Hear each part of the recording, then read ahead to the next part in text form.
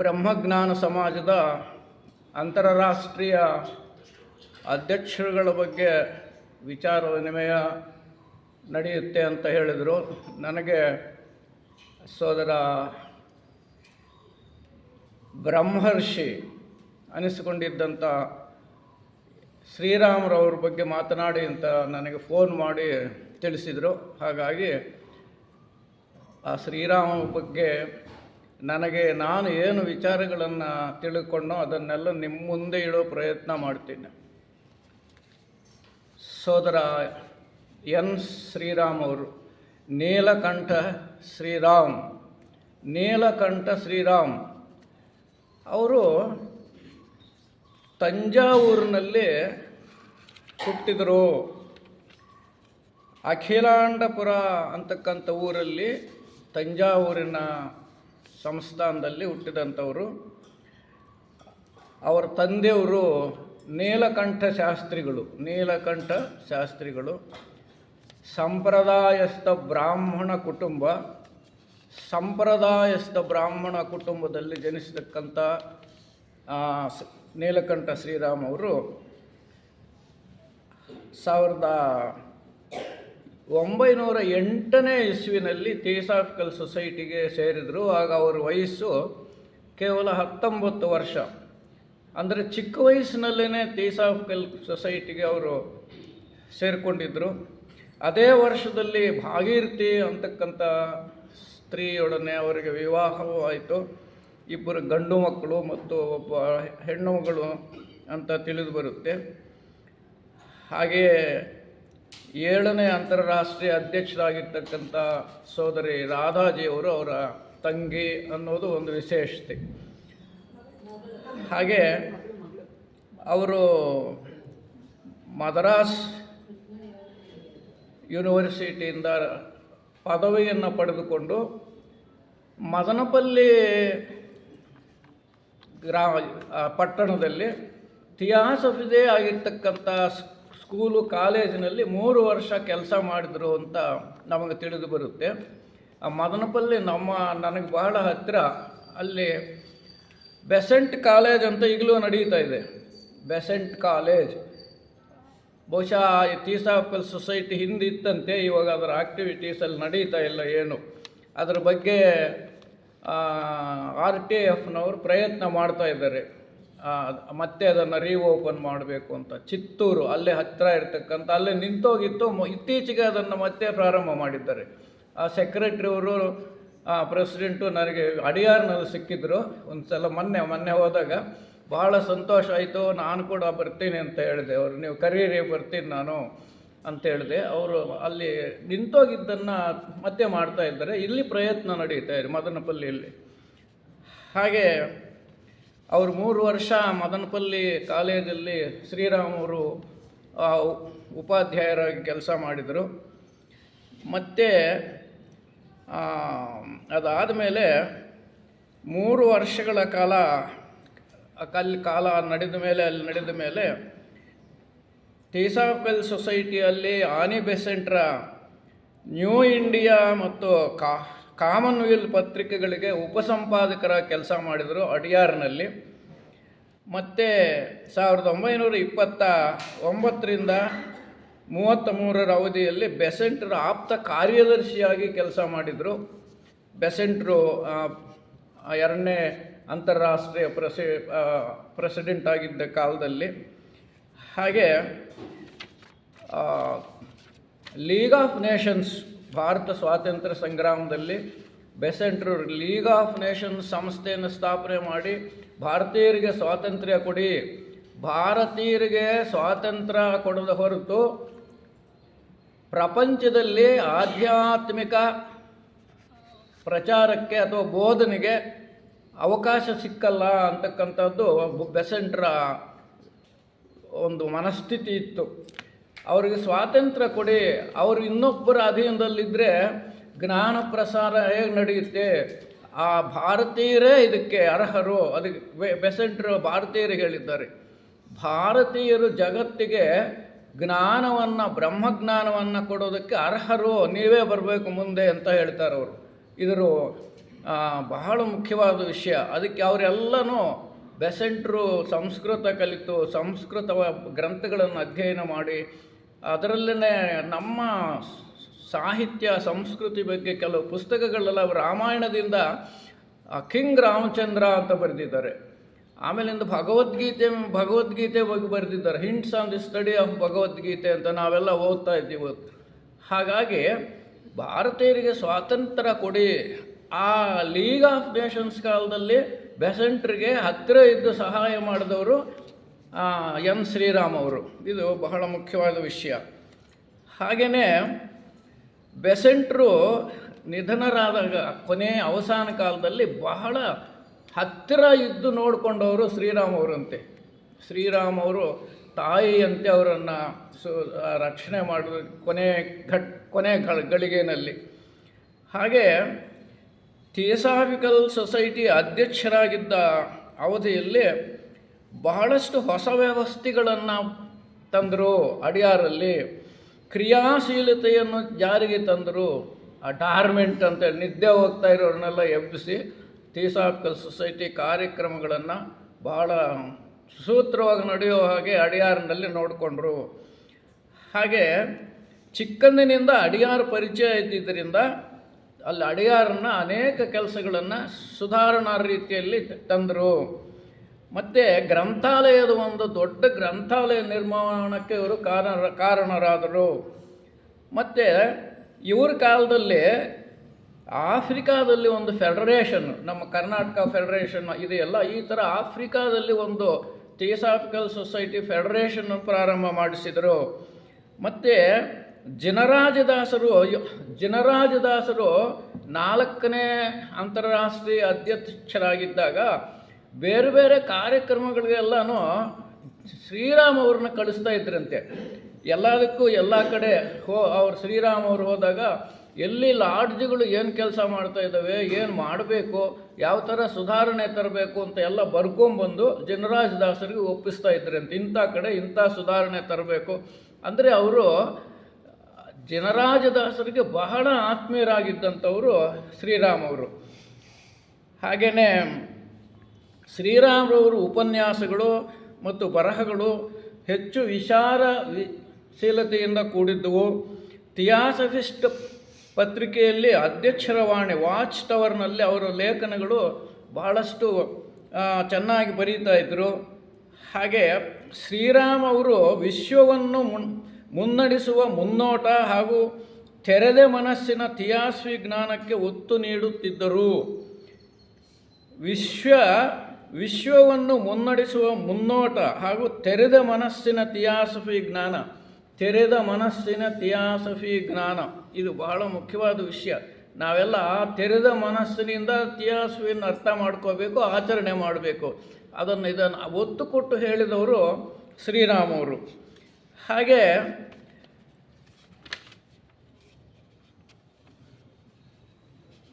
ಇವರು ಜೀವನವನ್ನು ಕಂಡವರು ಇವರನ್ನು ಬ್ರಹ್ಮರ್ಷಿ ಎನ್ನುತ್ತಿದ್ದರು.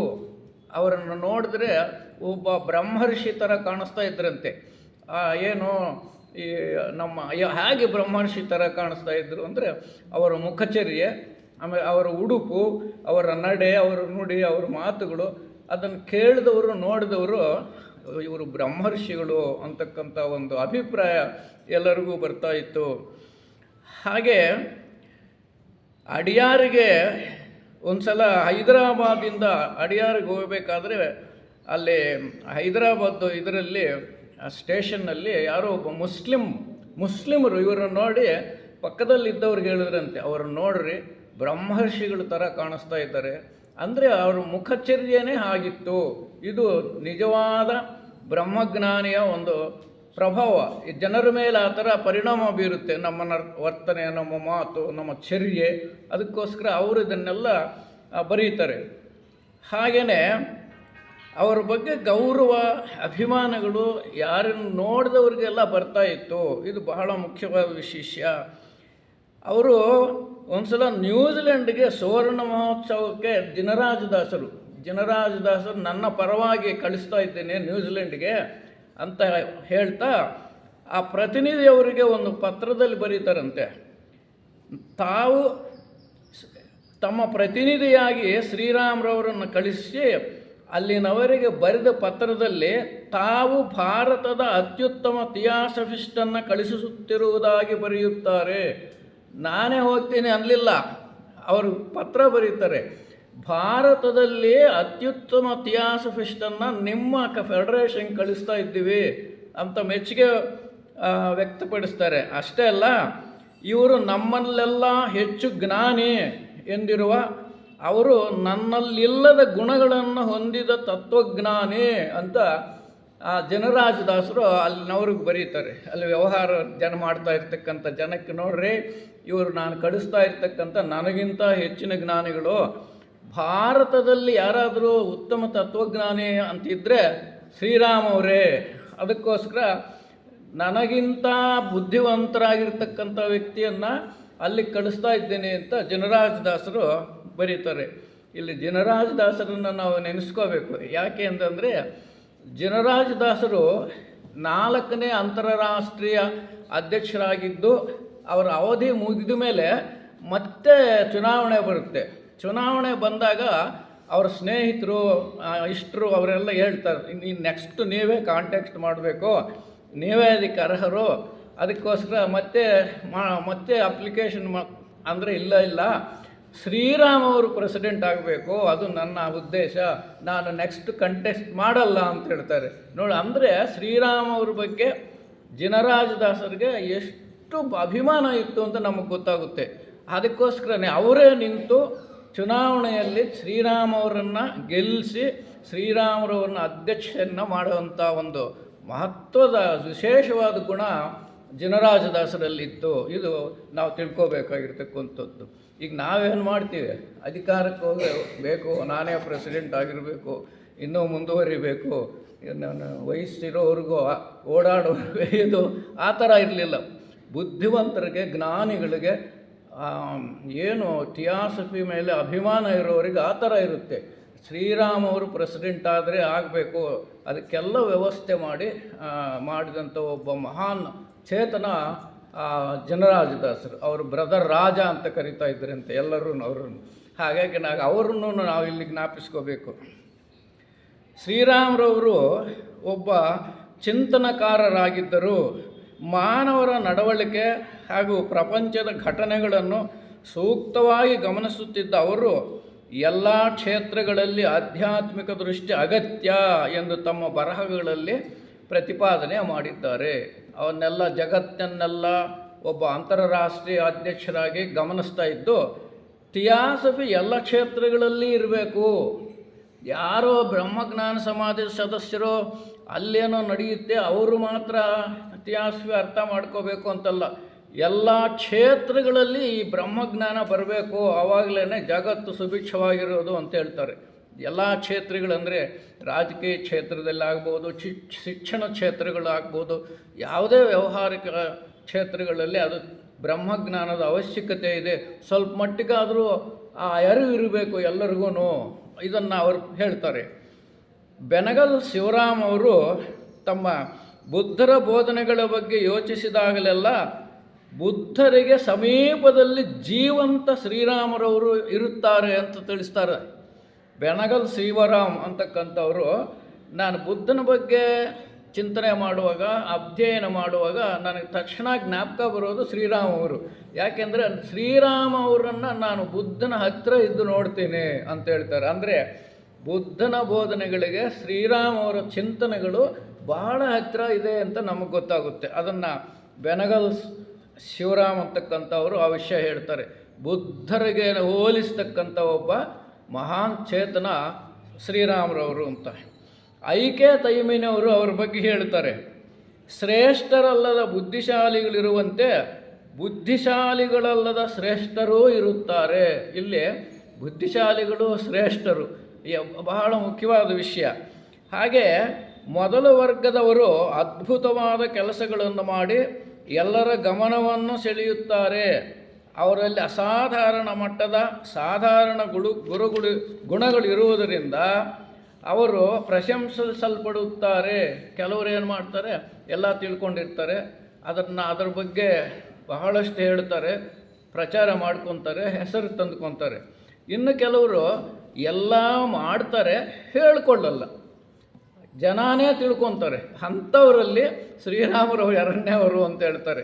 ಅವ್ರು ಯಾವುದು ಏನು ನಾನು ಬುದ್ಧಿವಂತ ಅಂತ ಹೇಳ್ಕೊಳ್ತಾ ಇರಲಿಲ್ಲ, ಆದರೆ ಮಾಡಿ ತೋರಿಸ್ತಿದ್ದಂಥವ್ರು ಅಂತ ಅವ್ರು ಹೇಳ್ತಾರೆ. ಆಮೇಲೆ ಶ್ರೀರಾಮರವರಲ್ಲಿ ಸುಲಭವಾಗಿ ಅರ್ಥ ಮಾಡಿಕೊಳ್ಳಲಾಗದ ಹಾಗೂ ಸಾಮಾನ್ಯರಿಂದ ಪ್ರಶ್ನಿಸಲ್ಪಡದ ಗುಣಗಳಿದ್ದವು. ಬಹಳಷ್ಟು ಗಾಢವಾದ ಪ್ರಜ್ಞೆ ಅವ್ರದ್ದು. ಸಾಮಾನ್ಯ ಜನ ಅರ್ಥ ಮಾಡ್ಕೊಳ್ಳೋದಕ್ಕೆ ಆಗ್ತಾ ಇರಲಿಲ್ಲ. ಇವ್ರು ನೋಡಿದರೆ ಏನೋ ಸಾಮಾನ್ಯ ಮನುಷ್ಯ ಅಂದ್ಕೊತಾ ಇದ್ದರು ಜನ ಆ ಥರ. ಆದರೆ ನಿಜವಾಗಿಯೂ ಅವರು ದೊಡ್ಡ ಬ್ರಹ್ಮಜ್ಞಾನಿಗಳಾಗಿದ್ದರು. ಅವರು ಬೇರೆ ಬೇರೆ ಕ್ಷೇತ್ರಗಳ ಬಗ್ಗೆ ಪ್ರಸ್ತಾಪ ಮಾಡ್ತಾರೆ. ಶ್ರೀರಾಮವರು ಪ್ರಜಾಪ್ರಭುತ್ವದ ಬಗ್ಗೆ ಪ್ರಸ್ತಾಪ ಮಾಡಿದ್ದಾರೆ ತಮ್ಮ ವಿಚಾರ ವಿನಿಮಯದಲ್ಲಿ, ತಾವು ಬರೆದಿರ್ತಕ್ಕಂಥ ಗ್ರಂಥಗಳಲ್ಲಿ. ಪ್ರಜಾಪ್ರಭುತ್ವ ಅಂದರೆ ಶ್ರೀರಾಮರವರು 52ನೇ ವರ್ಷ ಇದು 50 ವರ್ಷಗಳ ಹಿಂದೆ ಇದ್ದಂಥವರು. ಅವರು ಆ ಕಾಲದಲ್ಲಿ ಆಗ ಪ್ರಜಾಪ್ರಭುತ್ವ ಹೇಗಿತ್ತು ಅಂದರೆ 50 ವರ್ಷದಿಂದ ಈಚೆಗೆ ಇನ್ನೇನಾಗಿದೆ ಅಂತ ನಮಗೆ ಗೊತ್ತಾಗುತ್ತೆ. ಆಗಲೇ ಪ್ರಜಾಪ್ರಭುತ್ವ ಯಾವ ಥರ ಇತ್ತು ಅಂತ ಹೇಳ್ತಾರೆ.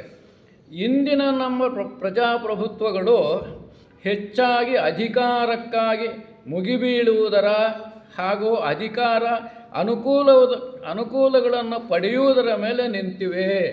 ಎಲ್ಲ ಪ್ರಜಾಪ್ರಭುತ್ವಗಳು, ಯಾವುದೇ ದೇಶದ ಪ್ರಭುತ್ವ ಆಗಬಹುದು, ಯಾವುದೇ ರಾಜ್ಯದ ಪ್ರಜಾಪ್ರಭುತ್ವ ಆಗಬಹುದು, ಅಲ್ಲಿ ಬರ್ತಕ್ಕಂಥ ಅಧಿಕಾರಿಗಳು ಆ ಥರ ಯಾವ ಥರ ಇದ್ದಾರೆ ಅಂದರೆ ಅಧಿಕಾರಕ್ಕಾಗಿ ಮುಗಿಬೀಳುತ್ತಾ. ಈಗ ನಾವು ನೋಡ್ತಾ ಇದ್ದೀವಿ, ಇವತ್ತಿನ ದಿನ ನೋಡ್ತಾ ಇದ್ದೀವಿ, ಅಧಿಕಾರಕ್ಕೋಸ್ಕರನೇ ಹೋರಾಟ ನಮ್ಮಿಂದ ಜನರ ಪ್ರತಿನಿಧಿಗಳಾಗಿ ಆರಿಸಲ್ಪಟ್ಟಂಥ ಅಧಿಕಾರಿಗಳು ಅವರ ಸ್ವಾರ್ಥಕ್ಕಾಗಿ ಅವರ ಅಧಿಕಾರಕ್ಕಾಗಿ ಹೋರಾಟ ಮಾಡ್ತಾ ಇದ್ದಾರೆ ಹೊರತು ದೇಶದ ಬಗ್ಗೆ ರಾಜ್ಯದ ಬಗ್ಗೆ ಇದು ಎಲ್ಲಿಂದ 50 ವರ್ಷಗಳಿಂದನೇ ಶ್ರೀರಾಮ ಅವ್ರ ಕಾಲದಲ್ಲೇ ಇತ್ತು. ಆದರೆ ಇನ್ನೂ ಸ್ವಲ್ಪ ಅಭಿವೃದ್ಧಿ ಆಗಿದೆ, ಹೀಗೆ ಇನ್ನೂ ಹೆಚ್ಚಿಗೆ. ಹಾಗೆ ವೈಯಕ್ತಿಕ ಅರ್ಹತೆ ಹಾಗೂ ಸಮಾನ ಅನುಕೂಲತೆಗಳು ಕೇವಲ ತತ್ವಗಳಾಗಿ ಉಳಿದಿವೆ.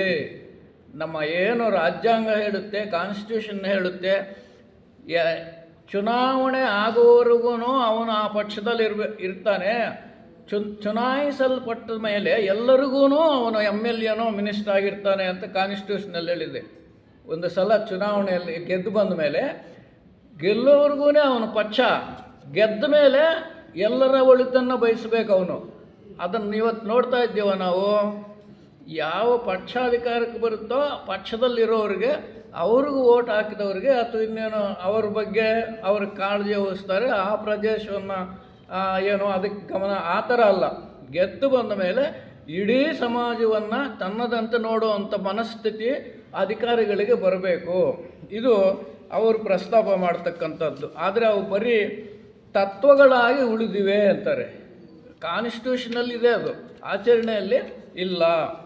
ಇನ್ನು ಭಾತೃತ್ವದ ಬಗ್ಗೆ, ಸೋದರತೆಯ ಬಗ್ಗೆ ಮಾತಾಡ್ತಾರೆ. ನಿಸ್ವಾರ್ಥತೆ ಹಾಗೂ ಜೀವನದಲ್ಲಿನ ಏಕತೆಗೆ ಕಾರಣವಾಗುವ ಭಾತೃತ್ವದ ಬಗ್ಗೆ ಅವರು ಹೆಚ್ಚು ಒತ್ತು ನೀಡುತ್ತಿದ್ದರು. ಬರೀ ಪುಸ್ತಕದಲ್ಲಿ ಅಥವಾ ನಾವು ಸಭೆ ಸಮಾರಂಭಗಳಲ್ಲಿ ನಾವೆಲ್ಲ ಭಾತೃತ್ವ, ನಾವೆಲ್ಲ ಸಹೋದರರು ಅಂತ ಹೇಳಿದ್ರೆ ಸಾಲದು. ಇಡೀ ಜೀವನದಲ್ಲಿ ಪ್ರತಿಯೊಂದು ವಿಷಯದಲ್ಲಿ ನಾವು ಅದನ್ನು ಆಚರಣೆ ಮಾಡಬೇಕು ಅಂತಾರೆ. ಹಾಗೆ ತಮ್ಮ ಮಿತ್ರ ಸಿಗುವಾಲ್ಡಿ ಜಾಲಮರ್ಸನ್ ಅವರಿಗೆ ಅವರ ಮೇಜಿನ ಮೇಲೆ ಒಂದು ಚೀಟಿನಲ್ಲಿ ಹಿಂಗೆ ಬರೆದಿಡ್ತಾರಂತೆ. ನೀನು ಯಾವಾಗ ಪ್ರತಿಯೊಬ್ಬರ ಹೃದಯದ ಮಿಡಿಯುವಿಕೆಯಲ್ಲಿ ಒಂದಾಗಿವೆಯೋ ಆಗ ನೀನಾಗಿರುವುದಿಲ್ಲ. ಇದು ಬಹಳ ಗಹನವಾದ ವಿಷಯ. ನೀನು ಯಾವಾಗ ಪ್ರತಿಯೊಬ್ಬರ ಮಿಡಿಯುವಿಕೆಯಲ್ಲಿ ಒಂದಾಗಿವೆಯೋ ಅಂದರೆ ನೀನು ಪ್ರತಿಯೊಬ್ಬರಲ್ಲಿ ನಿನ್ನ ಬಗ್ಗೆ ಚಿಂತನೆ ಬಂದಾಗ ನೀನಾಗಿರುವುದಿಲ್ಲ. ನೀನೇನಾಗಿರ್ತೀಯ ಅಂದರೆ ಎಲ್ಲ ನೀನೇ ಆಗಿರ್ತೀಯ, ಅವನು ನೀನು ಒಂದೇ ಆಗಿರ್ತೀಯ.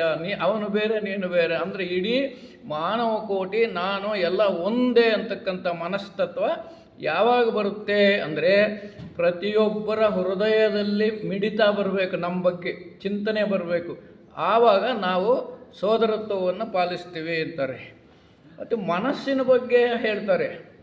ಸೈಕ್ ಅಂಡ್ ಇಂಟಲೆಕ್ಟ್ ಅಂತ ಒಂದು ಪುಸ್ತಕ ಬರೆದಿದ್ದಾರೆ.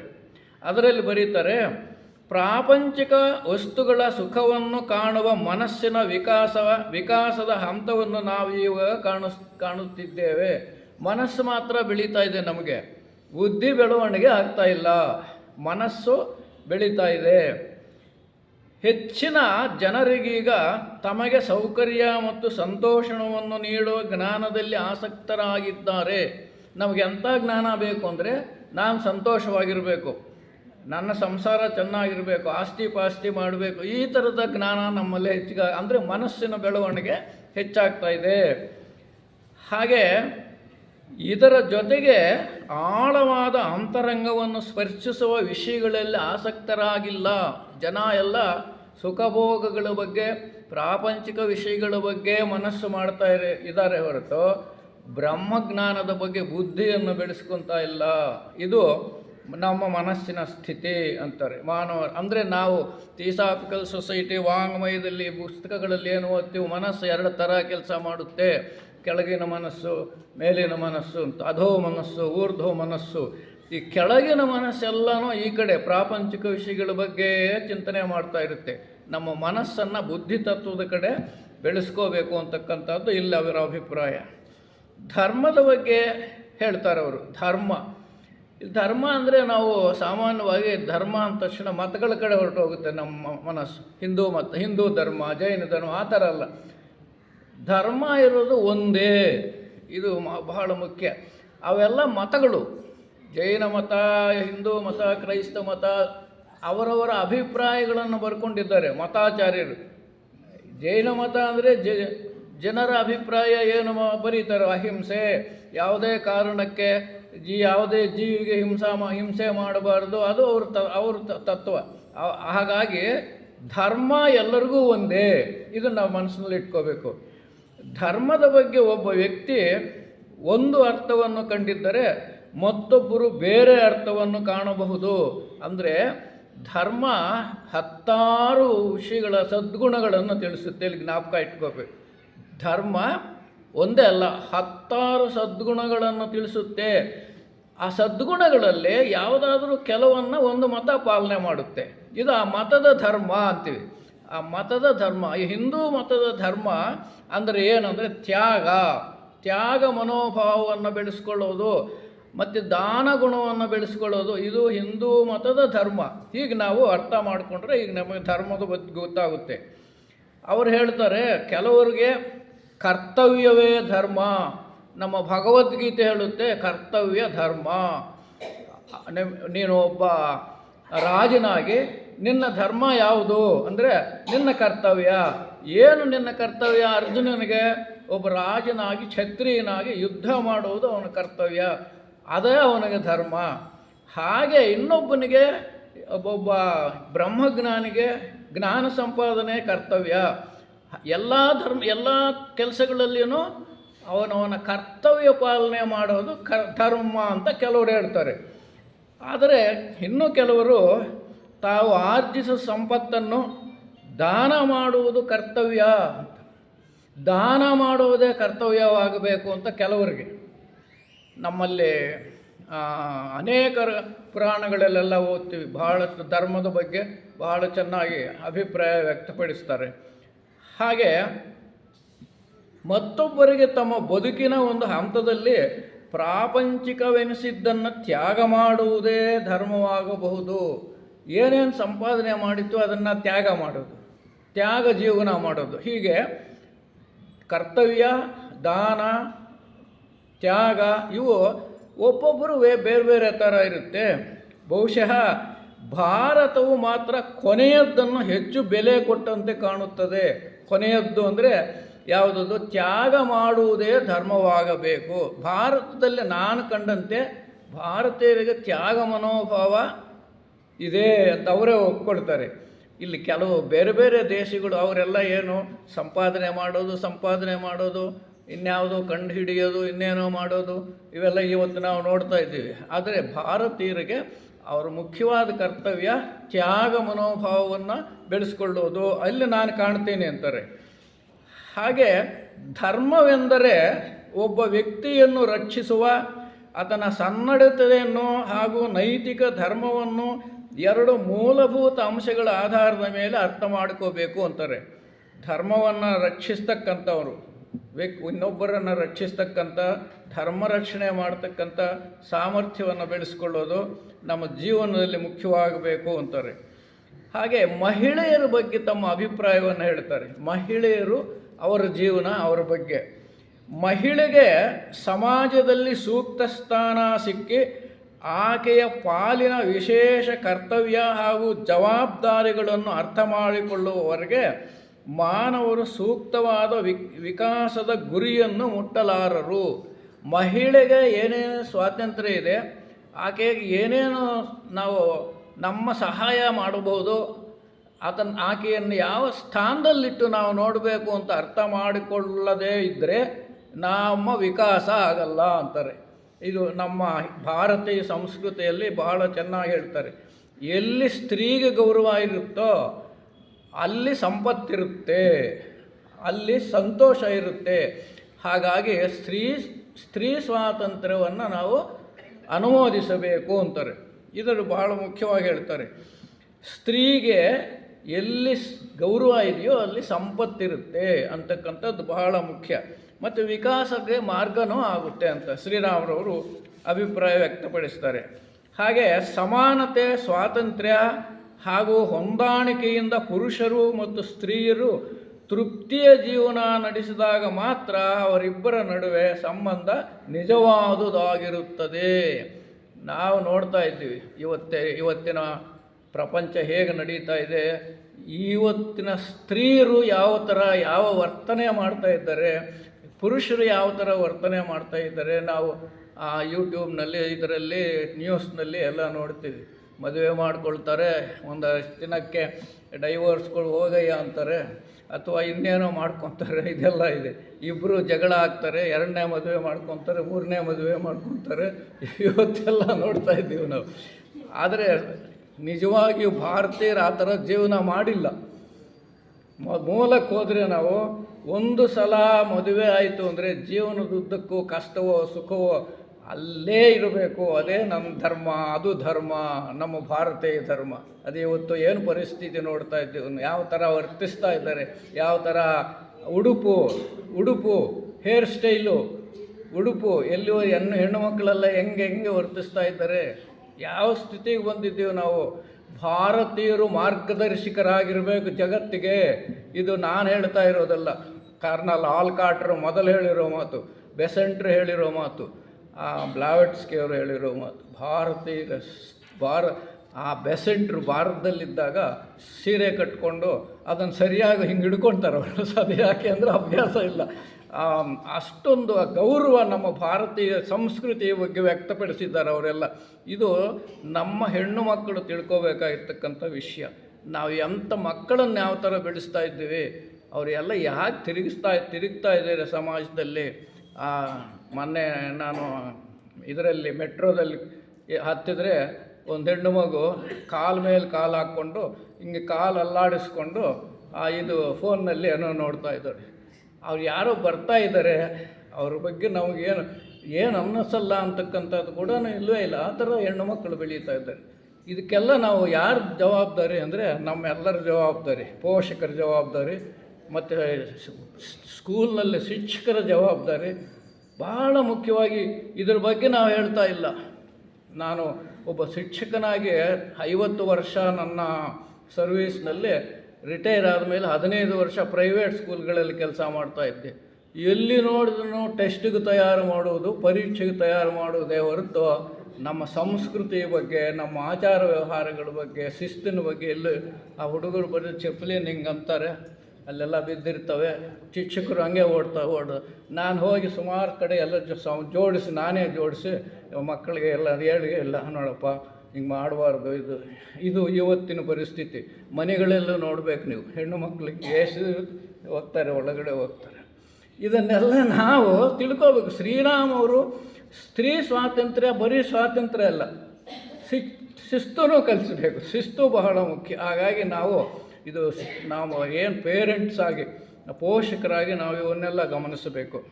ಅದಕ್ಕೆ ಹೇಳ್ತಾರೆ, ಮುಂದೆ ಒಬ್ಬ ಸ್ತ್ರೀ ಪುರುಷ ಹೇಗೆ ಜೀವನ ಮಾಡಬೇಕಂದ್ರೆ ಈ ಸಂಸ್ಕೃತಿಯನ್ನು ಅರ್ಥ ಮಾಡಿಕೊಂಡಾಗ ಮಾತ್ರ, ಸಮಾನ ಸ್ಥಿತಿಯಲ್ಲಿ ಜೀವನ ಮಾಡಿದಾಗ ಮಾತ್ರ ಆ ಸಂಸಾರ ಚೆನ್ನಾಗಿರುತ್ತೆ ಅವರು ಅಭಿಪ್ರಾಯ ಪಡ್ತಾರೆ.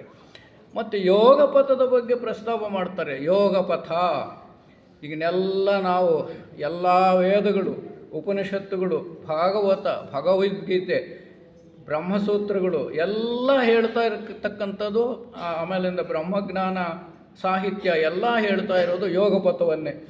ಮಾನವನ ಅಂತಿಮ ಗುರಿ ಏನಪ್ಪ? ಅವನಲ್ಲಿ ಒಂದು ಆತ್ಮ ಚೈತನ್ಯ ಇದೆ, ಅದು ಭಗವತ್ ಶಕ್ತಿ. ಆ ಶಕ್ತಿ ಭಗವಂತನಷ್ಟೇ ಸಾಧನೆಯನ್ನು ಮಾಡಿ ಭಗವಂತನಷ್ಟೇ ಪರಿಪೂರ್ಣವಾಗಿ ಮತ್ತೆ ಭಗವಂತನಲ್ಲಿ ಸೇರ್ಕೋಬೇಕು. ಇದು ಯೋಗ ಪಥ ಅಂತೀವಿ. ಅದರ ಬಗ್ಗೆ ಏನು ಹೇಳ್ತಾರೆ ಶ್ರೀರಾಮ್ ಅವರಂದರೆ, ಜೀವನ ಮತ್ತು ಯೋಗ ಪಥ ಎರಡೂ ಒಂದೇ. ಜೀವನ ಮತ್ತು ಯೋಗ ಪಥ ಎರಡೂ ಒಂದೇ. ವಯಸ್ಸಾಗೋದ ಮೇಲೆ, ಕೈ ಕಾಲು ಸಣ್ಣ ಮೆತ್ತಗಾಗೋದ ಮೇಲೆ ನಾನು ಯೋಗ ಪಥಕ್ಕೆ ಹೋಗ್ತೀನಿ, ಇವಾಗ ಬಿಡುವಿದೆ, ಎಲ್ಲ ಆಗೋಯ್ತು, ಎಲ್ಲ ಮುಗಿದೋಯ್ತು, ಏನೇನು ಮಾಡಬೇಕು ಎಲ್ಲ ಜವಾಬ್ದಾರಿ, ಈಗ ತೀಸಾಫ್ ಕೆಲಸ ಸೊಸೈಟಿಗೆ ಹೋಗ್ತೀನಿ, ಹಂಗಾಗಲ್ಲ ಅಂತಾರೆ ಅವರು. ಜೀವನದಿಂದನೇ ಅಂದರೆ ಸ್ಕೂಲಿನ ಪ್ರಾರಂಭದಿಂದನೇ ಪ್ರಾರಂಭ ಆಗಬೇಕು ಈ ಯೋಗ ಪಥ. ಮಕ್ಕಳಿಗೆ ಕಲಿಸ್ತಕ್ಕಂಥ, ಈಗೆಲ್ಲ ಏನೋ ಹೇಳ್ತಾ ಇದ್ದಾರೆ ಭಗವದ್ಗೀತೆ ಸ್ಕೂಲುಗಳಲ್ಲಿ ಕಲಿಸ್ಬೇಕು, ಕೆಲವರು ಹೇಳ್ತಾರೆ ಅದೆಲ್ಲ ಬೇಡ. ಭಗವದ್ಗೀತೆ ಸ್ಕೂಲ್ನಲ್ಲಿ ಕಲಿಸಿದ್ರೆ ನಿಜವಾಗಿ ಯೋಗ ಪಥ ಮಗುಗೆ ಗೊತ್ತಾಗುತ್ತೆ. ಇದು ತಪ್ಪ, ಅದಕ್ಕೆಲ್ಲ ವಿರೋಧ ವ್ಯಕ್ತಪಡಿಸ್ತಾರೆ. ಬೇಡ, ಅದು ಹಿಂದೂ ಮತದ್ದು, ಆ ಥರ ಇನ್ನೊಂದು ಇದೇನೋ ಹೇಳಿ, ಬೈಬಲ್ ಹೇಳಿ, ಕುರಾನ್ ಹೇಳಿ, ನೀವು ಎಲ್ಲ ಹೇಳ್ರಿ ಮಕ್ಕಳಿಗೆ. ಬೈಬಲ್ನಲ್ಲಿಲ್ವಾ? ಒಳ್ಳೇದಿಲ್ವಾ? ಕುರಾನ್ನಲ್ಲಿಲ್ವಾ? ಕುರಾನಲ್ಲಿ ಯಾರೋ ಓದ್ದವರು, ಕುರಾನ್ ಓದ್ದವ್ರ ಬಗ್ಗೆ ಅವರು ಏನೋ ನಾನು ಹೇಳಿದೆ, ಏನು ರೀ ಆ ಮುಸ್ಲಿಮರೆಲ್ಲನೂ ಬರೀ ಇದು ಮಾಂಸದ ಅಂಗಡಿಗಳು ಅದು ಮಾಡ್ತಾರೆ, ಪ್ರಾಣಿಗಳೆಲ್ಲ ನಿರ್ದಾಕ್ಷಿಣ್ಯವಾಗಿ ಸಾಯಿಸ್ತಾರೆ ಅಂದರೆ, ಅಯ್ಯೋ ಸಾರ್, ಕುರಾನ್ನಲ್ಲಿ ಒಂದು ಮಾತಿದೆ, ಕೋಳಿ ತಲೆಯನ್ನು ಕತ್ತರಿಸ್ಬೇಕಾದ್ರೆ ನೀನು ಮೊದಲು ಬೆರಳು ಕೊಯ್ಕೊಂಡು ನೋಡು ಅಂತಾರಂತೆ, ಕುರಾನ್ನಲ್ಲಿ ಇದೆಯಂತೆ. ಏನದಕ್ಕೆ ಅರ್ಥ? ಬೆರಳು ಕೊಯ್ಕೊಂಡ್ರೆ ನೋವಾಗುತ್ತೆ, ಕತ್ತೆ ಕೈ ಕೊಯ್ದರೆ ಎಷ್ಟು ನೋವಾಗುತ್ತೆ, ಆ ನೋವು ನಿನಗೆ ಗೊತ್ತಾಗಲಿ ಅಂತ ಅಲ್ಲಿ ಹೇಳಿದ್ಯಪ್ಪ. ಅದನ್ನೆಲ್ಲ ಆಚರಣೆ ಮಾಡೋರಿಲ್ಲ, ಅದೆಲ್ಲ ಬಿಟ್ಟಿದ್ದಾರೆ. ಅದೇನೋ ಅಲ್ಲ ಹೇಳಿಬಿಟ್ಟು ಅದನ್ನು ಇದೆಲ್ಲ ನಡೀತಾ ಇದೆ. ಹಾಗಾಗಿ ಯೋಗ ಪಥದಲ್ಲಿ ನಾವು ಪ್ರಾರಂಭದಿಂದಾನೇ, ಜೀವನದ ಪ್ರಾರಂಭದಿಂದಾನೇ ಈ ಯೋಗ ಪಥದ ಬಗ್ಗೆ ನಮಗೆ ಪರಿಜ್ಞಾನ ಬೇಕು. ಜೀವನ ಮತ್ತು ಯೋಗ ಪಥ ಎರಡೂ ಒಂದೇ. ಅದು ನಮ್ಮ ಸ್ವಭಾವದ ಆಳಕ್ಕೆ ಸಂಬಂಧಿಸಿದ ಮೇಲ್ಮಟ್ಟದ ಜಾಗೃತಾವಸ್ಥೆ. ಈ ಜಾಗೃತಾವಸ್ಥೆ ಚಿಕ್ಕಂದಿನಿಂದನೇ ಬರಬೇಕು. ಅದು ಮನುಷ್ಯನ ಅತ್ಯಂತ ದಿವ್ಯವಾದ ಭಾಗ. ಈ ಯೋಗ ಪಥ ಮನುಷ್ಯನ ಜೀವನದಲ್ಲಿ ಅತ್ಯಂತ ದಿವ್ಯವಾದ ಭಾಗ. ಅಂತರಂಗ ಮಾರ್ಗದರ್ಶನವಿಲ್ಲದೆ ನಾವು ಮನಸ್ಸಿನಿಂದ ಮಾತ್ರ ಬೆಳವಣಿಗೆಯಾಗಲಾರೆವು. ಅಂತರಂಗ ಮಾರ್ಗದರ್ಶನ, ನಮ್ಮಲ್ಲಿ ಆ ಭಗವಂತನ ಚೈತನ್ಯ ಇದೆ, ಅದು ತಪ್ಪು ದಾರಿಯಲ್ಲೇ ಹೋದಾಗ ಎಚ್ಚರಿಕೆ ಕೊಡ್ತಾ ಇರುತ್ತೆ. ನಮಗೆಲ್ಲರಿಗೂ ಗೊತ್ತಾಗುತ್ತೆ, ತಪ್ಪು ದಾರಿಯಲ್ಲಿ ಹೋಗ್ತಾ ಇದ್ದೀನಿ, ಗೊತ್ತಾಗಲ್ವಾ ನನಗೆ? ಸೊಸೆಯನ್ನು ಬೈಯೋಕ್ಕೆ ಶುರು ಮಾಡಿದಾಗ ನಮ್ಮ ಮನಸ್ಸೇನು ಹೇಳುತ್ತೆ, ನಾನು ಶ್ರೀಸಾಫ್ಕಲ್ ಸೊಸೈಟಿ ಮೆಂಬರು, ಆಕೆಯಲ್ಲಿರೋ ತತ್ವ ನನ್ನಲ್ಲಿರ್ತಕ್ಕಂಥದ್ದು ಎರಡೂ ಒಂದೇ ಚೈತನ್ಯ ಅಂತೇನಾದರೂ ಅತ್ತೆ ಜ್ಞಾಪಕ ಬಂದರೆ ಬೈತಾಳ? ಇದು ಬರಬೇಕು ನಮಗೆ. ಹಾಗೆಯೇ ಆ ಸೊಸೆಗೆ ಆ ಮಾತೃತ್ವ ಭಾವನೆ ಇದ್ದರೆ ಅತ್ತೆ ಬಗ್ಗೆ ಐತೆ, ಒಂದು ವೇಳೆ ಬೈದರೂ ಪರವಾಗಿಲ್ಲ ದೊಡ್ಡವರು, ಇದು ಬಂದಾಗ ಅದು ನಿಜವಾದ ಯೋಗ ಪಥ. ಅತ್ತೆಗೂ ಸೊಸೆಗೂ ಇಬ್ಬರಿಗೂ ನನ್ನಲ್ಲಿರ್ತಕ್ಕಂಥ ಆತ್ಮಚೈತನ್ಯ ಭಗವಂತನ ಮೂಲ ಅಂತೇನಾದರೂ ಅರಿವು ಬಂದರೆ ನಿಜವಾದ ಯೋಗ ಪಥ ಅಲ್ಲೇ ಮನೆಯಲ್ಲಿಂದ ಪ್ರಾರಂಭ ಆಗುತ್ತೆ. ಇದು ನಾವು ತಿಳ್ಕೋಬೇಕು. ಅದಕ್ಕೆ ಅವ್ರು ಹೇಳ್ತಾರೆ, ಜೀವನ ಬೇರೆ ಅಲ್ಲ, ಯೋಗ ಪಥ ಬೇರೆ ಅಲ್ಲ, ಜೀವನವೇ ಯೋಗ ಪಥವಾಗಬೇಕು ಅಂತಾರೆ. ಅದು ಮನುಷ್ಯನ ಅತ್ಯಂತ ದಿವ್ಯವಾದ ಭಾಗ. ಅಂತರಂಗದ ಮಾರ್ಗದರ್ಶನವಿಲ್ಲದೆ ಮನಸ್ಸಿನಿಂದಲೇ ಜೀವನ ಮಾಡಿದರೆ ಯೋಗ ಪಥವಲ್ಲ. ಮನಸ್ಸು ಹೇಳ್ದಂಗೆ ನಡೀಬಾರ್ದು, ಅಂತರಂಗ ಹೇಳಿದಂತೆ ನಡೀಬೇಕು. ಹಾಗೆಯೇ ಮನಸ್ಸೊಂದೇ ಯಾರನ್ನೂ ಸತ್ಯದ ಕಡೆಗೆ ಕೊಂಡೊಯ್ಯಲಾರದು. ಮನಸ್ಸಿನ ಮಾತು ಕೇಳಿದ್ವಿ ಅಂದರೆ ತಪ್ಪುದಾರಿ ಹಿಡಿತೀವಿ. ಅಂದರೆ ಮನಸ್ಸು ನಮ್ಮ ಪಂಚೇಂದ್ರಿಯಗಳನ್ನು ತನ್ನ ಕೈಯಲ್ಲಿ ಹಿಡಿಸ್ಕೊಂಡು ಆಡಿಸುತ್ತಂತೆ. ನಮ್ಮ ಪಂಚೇಂದ್ರಿಯಗಳಿದೆಯಲ್ಲ, ಪಂಚೇಂದ್ರಿಯಗಳ ಶಬ್ದ, ಸ್ಪರ್ಶ, ರೂಪ, ರಸ, ಗಂಧ ಇವನ್ನು ಅದು ತನ್ನ ಕೈಗೆ ಏನಾದರೂ ತಗೊಂಡ್ರೆ ನಾವು ತಪ್ಪುದಾರಿ ಹಿಡಿತೀವಿ. ಅದಕ್ಕೇನು ಮಾಡಬೇಕಂದ್ರೆ ಬುದ್ಧಿಯ ಕೈಗೆ ಕೊಡಬೇಕು. ಯಾವುದನ್ನು? ಪಂಚೇಂದ್ರಿಯಗಳನ್ನು ಬುದ್ಧಿ ಕಡೆ. ಪಂಚೇಂದ್ರಿಯಗಳು ಬೇಕು, ಅವು ಇಲ್ಲದೇ ಇದ್ದರೆ ನಾವು ಜೀವನ ಕಣ್ಣು ಇಲ್ಲದೇ ಇದ್ದರೆ ಏನು ಮಾಡೋದು?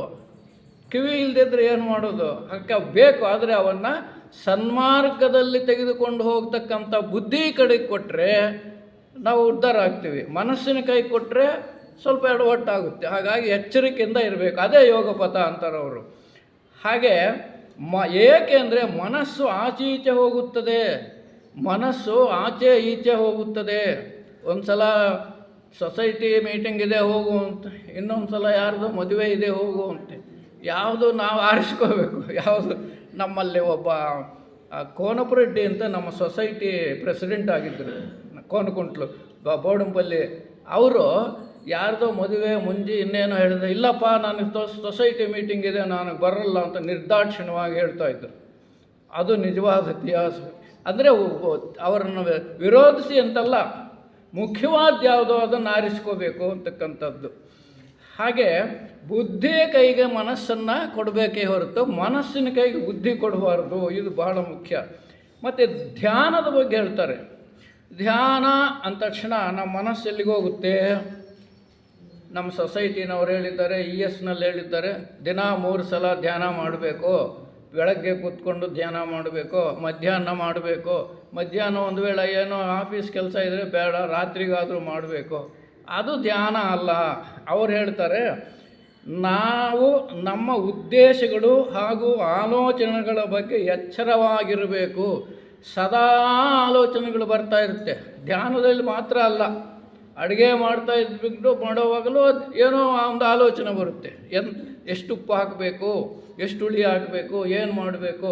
ಯಾವುದೋ ಕಡೆ ಮನಸ್ಸಿಟ್ಕೊಂಡು 2 ಸಲ ಉಪ್ಪು ಹಾಕಿಬಿಟ್ರೆ ಕೆಡುತ್ತೆ. ಇದು ನಮ್ಮ ಮನಸ್ಸಿನಲ್ಲಿ ಕೆಲಸ ಮಾಡ್ತಾ ಇರುತ್ತೆ. ಹೌದಾ? ಅದಕ್ಕೋಸ್ಕರ ನಮ್ಮ ಉದ್ದೇಶಗಳು ಹಾಗೂ ಆಲೋಚನೆಗಳ ಬಗ್ಗೆ ಎಚ್ಚರವಿರಬೇಕು. ಇಲ್ಲದಿದ್ದರೆ ಅವುಗಳಲ್ಲಿನ ದೋಷಗಳು ನಮಗೆ ತಿಳಿಯದೆ ಯಾಂತ್ರಿಕವಾಗಿ ಅದೇ ಸ್ಥಿತಿಯಲ್ಲಿ ಮುಂದುವರಿಯುತ್ತೇವೆ.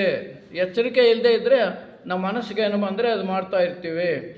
ನಮ್ಮ ಆಲೋಚನೆ ಸಕಾರಣವಾದುದೇ, ಯೋಗ್ಯವಾದುದೇ, ಒಳ್ಳೆಯದೇ ಎಂಬ ಬಗ್ಗೆ ಸತತವಾದ ಒಳನೋಟ ಅಗತ್ಯ. ಇದು ಧ್ಯಾನ.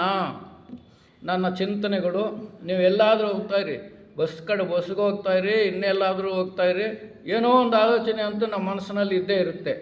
ಆ ಆಲೋಚನೆ ಸದುದ್ದೇಶವಾಗಿದೆಯೇ, ನ್ಯಾಯಬದ್ಧವಾಗಿದೆಯೇ, ಅಗತ್ಯತೆ ಇದೆಯೇ, ಇದೆಲ್ಲದರ ಬಗ್ಗೆ ಚಿಂತನೆ ಮಾಡತಕ್ಕಂಥದ್ದೇ ನಿಜವಾದ ಧ್ಯಾನ ಅಂತಾರವರು. ಹಾಗೆ ಒಂದು ವೇಳೆ ಇಲ್ಲದಿದ್ದಲ್ಲಿ ನಮ್ಮ ಸ್ವಭಾವಕ್ಕೆ ತಕ್ಕಂತೆ ನಡೆದುಕೊಳ್ಳುತ್ತೇವೆ. ಸ್ವಭಾವಕ್ಕೆ ತಕ್ಕಂತೆ ಅಂತ ಮನಸ್ಸು ಬಂದಂಗೆ ನಡ್ಕೊಳ್ತೀವಿ. ನಮ್ಮ ಮನಸ್ಸು ಯಾಂತ್ರಿಕವಾಗಿ ಗಡಿಯಾರದಂತೆ ಕೆಲಸ ಮಾಡುತ್ತದೆ.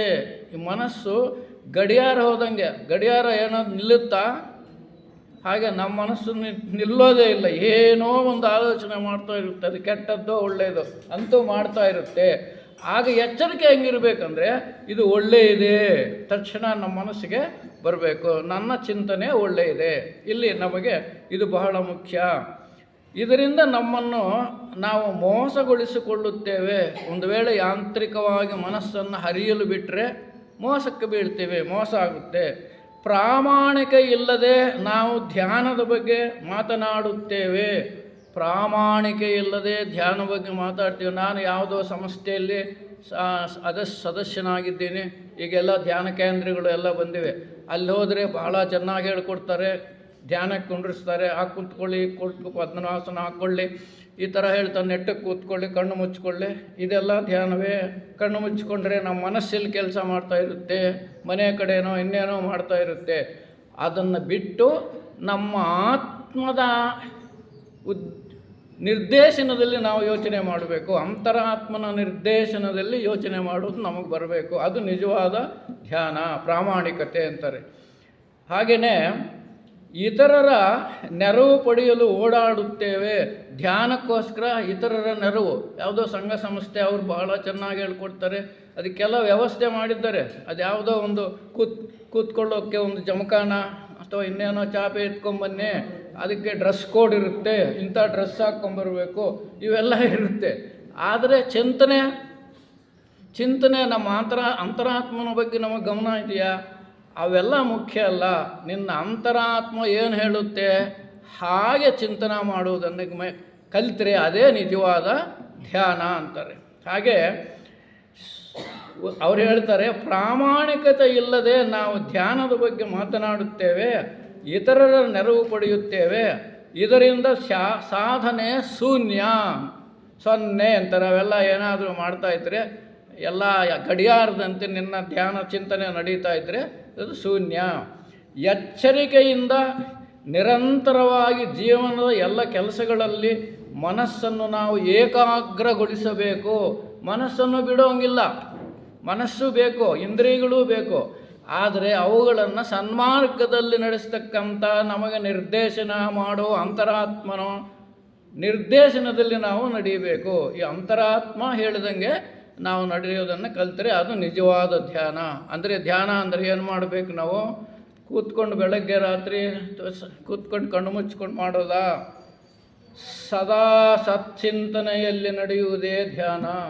ನನ್ನ ನಡವಳಿಕೆ, ನನ್ನ ಮಾತು, ನನ್ನ ನಿರ್ದೇಶನ ಏನಿದೆಯೋ ಅದೆಲ್ಲನೂ ಸನ್ಮಾರ್ಗದಲ್ಲಿ ಪ್ರಾಮಾಣಿಕವಾಗಿರುವಂತೆ ನಾವು ನೋಡಿಕೊಂಡ್ರೆ ಅದು ನಿಜವಾದ ಧ್ಯಾನವಾಗುತ್ತೆ. ಥಿಯೋಸಾಫಿಕಲ್ ಸೊಸೈಟಿ ಸದಸ್ಯರಿಗೆ ಸಂದೇಶವನ್ನು ಕೊಟ್ಟಿದ್ದಾರೆ, ಏನು ಮಾಡಬೇಕು ಅಂತ ಅವರದೇ ಸಂದೇಶ. ಭಾತೃತ್ವವನ್ನು ವಿಶ್ವದೆಲ್ಲೆಡೆ ಹರಡುವ ಥಿಯೋಸಾಫಿಕಲ್ ಸೊಸೈಟಿಗೆ ನಿಮ್ಮನ್ನು ಸ್ವಾಗತಿಸುತ್ತೇನೆ, ನಿಮ್ಮನ್ನೆಲ್ಲ ಸ್ವಾಗತಿಸ್ತಾ ಇದ್ದೀನಿ. ಒಬ್ಬ ಅಂತಾರಾಷ್ಟ್ರೀಯ ಅಧ್ಯಕ್ಷನಾಗಿ ಎಲ್ಲ ಸೋದರರನ್ನು ನಾನು ಸ್ವಾಗತ ಮಾಡ್ತಾ ಇದ್ದೀನಿ. ಭಾತೃತ್ವವನ್ನು ವಿಶ್ವದೆಲ್ಲೆಡೆ ಹರಡುವ ಥಿಯೋಸಾಫಿಕಲ್ ಸೊಸೈಟಿ, ಇಡೀ ಮಾನವ ಕೋಟಿಗೆ ಸಹೋದರತ್ವವನ್ನು ಹೇಳ್ತಕ್ಕಂಥ ಈ ಸಂಸ್ಥೆಗೆ ನಿಮ್ಮನ್ನೆಲ್ಲ ನಾನು ಆಹ್ವಾನಿಸ್ತಾ ಇದ್ದೀನಿ. ಸಮಾಜ ಎಲ್ಲ ಜೀವಿಗಳನ್ನು ಒಂದುಗೂಡಿಸುವ ಭಾತೃತ್ವವೇ ನಿಜವಾದ ಜಾಗೃತಿ. ಎಲ್ಲ ಜೀವಿಗಳನ್ನು ಒಟ್ಟುಗೂಡಿಸುವುದೇ ನಿಜವಾದ ಉದ್ದೇಶ ನಮ್ಮದಾಗಬೇಕು. ಭಾತೃತ್ವದಲ್ಲಿ ತನ್ನಿಂದಲೇ ಪ್ರಾರಂಭಿಸುವ ಕರ್ತವ್ಯ ಥಿಯೋಸಾಫಿಕಲ್ ಸೊಸೈಟಿಯ ಸದಸ್ಯನು ಹೊಂದಿದ್ದಾನೆ. ಎಲ್ಲಿಂದ ಪ್ರಾರಂಭ? ನೀವೆಲ್ಲ ಅಣ್ಣ ತಮ್ಮದರಾಗಿರಿ ಅಂತ ನಾನು ಹೇಳೋದಲ್ಲ. ನಾವೆಲ್ಲ ಅಣ್ಣ ತಮ್ಮಂದಿರಾಗಿರಿ, ನನ್ನ ಬಿಟ್ಟು ನೀವೆಲ್ಲ ಅಣ್ಣ ತಮ್ಮಂದಿರ ಆ ಥರ ಅಲ್ಲ. ನಾವೆಲ್ಲ ಅಣ್ಣ ತಮ್ಮಂದಿರಂತೆ ಅಕ್ಕ ತಂಗಿರಂತಿರೋಣ ಅಂತ ನನ್ನೂ ಸೇರಿಸ್ಕೊಂಡು ಹೇಳಿದರೆ ಅದು ನಿಜವಾದ ಥಿಯಾಸಫಿ ಅಂತಾರೆ. ಆತ ಇತರ ಅಡಿಪಾಯದ ಮೇಲೆ ತನ್ನ ಕಟ್ಟಡವನ್ನು ಕಟ್ಟಬೇಕು. ಥಿಯಾಸಫಿಯು ಗಾಳಿ ಗೋಪುರವಲ್ಲ ಅಥವಾ ಊಹೆಯಲ್ಲ, ಅದು ಪ್ರತಿದಿನದ ಪ್ರಾಯೋಗಿಕ ಅನುಭವ. ಇದು ಗಾಳಿಗೋಪುರ ಅಲ್ಲ. ಗಾಳಿಗೋಪುರ ಅಂದರೆ ಯಾವುದೋ ಗೋಪುರ ಗಾಳಿ ಬಂದರೆ ಬಿದ್ದೋಗುತ್ತೆ, ಆ ಥರ ಯಾವುದೋ ಇದ್ದು ಹೋಗುವಂಥದ್ದಲ್ಲ. ಇದು ನಿತ್ಯ ಜೀವನದಲ್ಲಿರಬೇಕಾಗಿರ್ತಕ್ಕಂಥದ್ದು. ಹಾಗೆ ಮುಗಿಸ್ತೀನಿ. ಅದಕ್ಕೆ ಅವರು ಬಹಳಷ್ಟು ಚೆನ್ನಾಗಿ ಥಿಯಾಸಫಿಯಂತೆ ಬದುಕಲು ಒಬ್ಬ ತನ್ನ ಜ್ಞಾನವನ್ನು ಇನ್ನೊಬ್ಬರೊಂದಿಗೆ ಹಂಚಿಕೊಳ್ಳಬೇಕು. ನಾನೊಬ್ಬನೇ ತಿಳ್ಕೊಂಡ್ರೆ ಸಾಲದು, ಇನ್ನೊಬ್ಬರ ಜೊತೆಯಲ್ಲಿ ಹಂಚಿಕೊಳ್ಳಬೇಕು. ಅದೆಲ್ಲ ನಾವು ಸಮಯ ಬಂದಾಗ, ಅವಕಾಶ ಸಿಕ್ಕಿದಾಗ ಇನ್ನೊಬ್ಬರಿಗೆ ಈ ಥಿಯಾಸಫಿ ಬಗ್ಗೆ ಅಂದರೆ ಬ್ರಹ್ಮಜ್ಞಾನದ ಬಗ್ಗೆ ಅಂದರೆ ಬಹಳ ಚೆನ್ನಾಗಿರುತ್ತೆ. ಅವ್ರಿಗೆ ಬೇಗ ಓಹೋ ಬ್ರಹ್ಮ ಭಗವಂತನ ಬಗ್ಗೆ ನಾವು ಇದು ನಮ್ಮ ದಿನನಿತ್ಯ ಕೆಲಸ ಆಗಬೇಕು. ಈ ಬ್ರಹ್ಮಜ್ಞಾನದ ಪ್ರಚಾರವನ್ನು ನಾನು ಆಚರಿಸಿ ತೋರಿಸಬೇಕು. ಹೀಗೆಲ್ಲ ಅವರು ಬಹಳ ಮುಖ್ಯವಾಗಿ ಅವರು ತಾವು ಬರೆದ ಗ್ರಂಥಗಳಲ್ಲಿ ಈ ವಿಷಯಗಳನ್ನೆಲ್ಲ ಪ್ರತಿಪಾದನೆ ಮಾಡಿದ್ದಾರೆ. ಅವರು ಬರೆದಿರ್ತಕ್ಕಂಥ ಗ್ರಂಥಗಳು ಅನ್ ಅಪ್ರೋಚ್ ಟು ರಿಯಾಲಿಟಿ, ಸತ್ಯದ ಸಮೀಪಕ್ಕೆ. ಸತ್ಯ ಅಂದ್ರೇನು? ಇಲ್ಲಿ ಭಗವಂತನ ಸಮೀಪಕ್ಕೆ ನಾವು ಹೇಗೆ ಹೋಗಬೇಕು, ಅದೇ ಯೋಗ ಪಥದಲ್ಲಿ ನಾವು ಹೇಗೆ ನಡೀಬೇಕು. ದ ವೇ ಆಫ್ ವಿಸ್ಡಮ್, ಜ್ಞಾನ ಮಾರ್ಗ. ಜ್ಞಾನವನ್ನು ಹೇಗೆ ಗಳಿಸ್ಕೊಳ್ಬೇಕು ಅದರ ಬಗ್ಗೆ ಪುಸ್ತಕ ಬರೆದಿದ್ದಾರೆ. ಅನ್ವೇಷಣೆ ಮಾಡಬೇಕು ಜ್ಞಾನವನ್ನು. ಅದೇ ಸತ್ಯ ಅಂದರೆ ಸತ್ಯದನ್ನು ಹುಡುಕೊಂಡು ಹೋಗಬೇಕು. ಮತ್ತು ದ ಹ್ಯೂಮನ್ ಇಂಟ್ರೆಸ್ಟ್, ಮಾನವನ ಆಕಾಂಕ್ಷೆ, ಮ್ಯಾನ್ ಹಿಸ್ ಆರಿಜನ್ ಎವಲ್ಯೂಷನ್, ಮತ್ತು ಮಾನವ ಅವನ ಮೂಲಗಳು ಮತ್ತು ವಿಕಾಸ, ದ ಡಿವೈನ್ ವಿಸ್ಡಮ್, ದೈವೀ ಜ್ಞಾನ, ಥಾಟ್ ಫಾರ್ ಆಸ್ಪಿರೆಂಟ್ಸ್, ಇಷ್ಟೆಲ್ಲ ಪುಸ್ತಕಗಳನ್ನು ಬರೆದಿದ್ದಾರೆ. ಆ ಪುಸ್ತಕಗಳಲ್ಲೆಲ್ಲ ಬ್ರಹ್ಮಜ್ಞಾನದ ಬಗ್ಗೆ ತಿಳಿಸಿದ್ದಾರೆ. ನಿಜವಾಗಿಯೂ ಬ್ರಹ್ಮಜ್ಞಾನದ ಸದಸ್ಯನಾಗಿ ಜೀವನವನ್ನು ನಿತ್ಯ ಜೀವನವೇ ಧ್ಯಾನವಾಗಬೇಕು. ನಿತ್ಯದ ಆಲೋಚನೆಗಳು ಸನ್ಮಾರ್ಗದಲ್ಲಿ ನಡೆಯತಕ್ಕಂಥ ಧ್ಯಾನ ನಮ್ಮದಾಗಬೇಕು ಅಂತ ಅವರು ನಮಗೆಲ್ಲ ತಮ್ಮ ಪುಸ್ತಕಗಳಲ್ಲಿ, ತಮ್ಮ ಭಾಷಣಗಳಲ್ಲಿ, ತಮ್ಮ ವರ್ತನೆಯಲ್ಲಿ, ಅದಕ್ಕೆ ಅವರನ್ನು ಬ್ರಹ್ಮಜ್ಞಾನಿ ಅಂತೇಳಿದ್ದಾರೆ.